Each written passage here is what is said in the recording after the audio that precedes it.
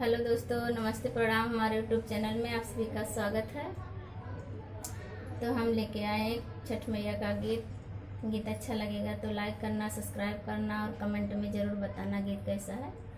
अभी जो छठ पूजा आने वाला है उसी के ऊपर ये गीत है।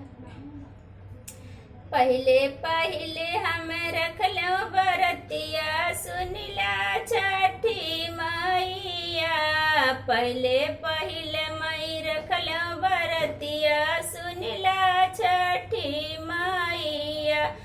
नैहर में मांगो मैया बाबू, ससुर में सास ससुर हो। नैहर में मांगो मैया बाबू, ससुर में सास ससुर हो। ऐसन सजनवा दिहु मैया, सजल रहे सिंगारवा। ऐसन सजनवा दिहु मैया, सजल रहे सिंदूरवा। पहले पहले मई रखलो भरतिया, सुनिला छठी मैया। पहले पहले मई रखलो भरतिया, सुनिला छठी मैया। नैहर में मांगो भैया भतीजवा, ससुर में लहुरा देवरवा। नैहर में मांगो भैया भतीजवा, ससुर में लहुरा देवरवा। ऐसन सजनवा दिहु मैया, सजल रहे सिंदूरवा। ऐसन सजनवा दिहु मैया, सजल रहे सिंगारवा। पहले पहले मई रखलो बरतिया, सुनिला छठी मैया। पहले पहले मई रखलो बरतिया, सुनिला छठी मैया।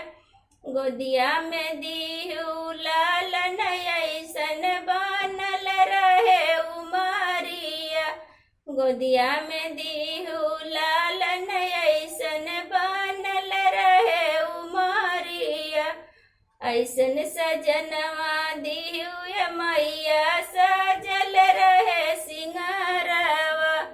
ऐसन सजनवा दिहु मैया, सजल रहे सिंदूरवा।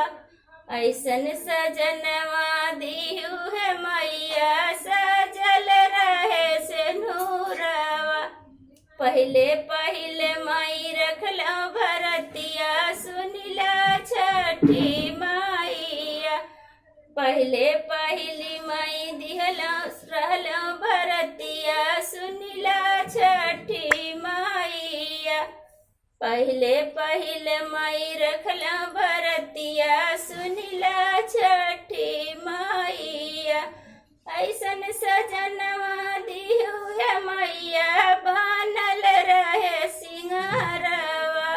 ऐसन सजनवा दिहु मैया, सजल रहे सिंदूरवा।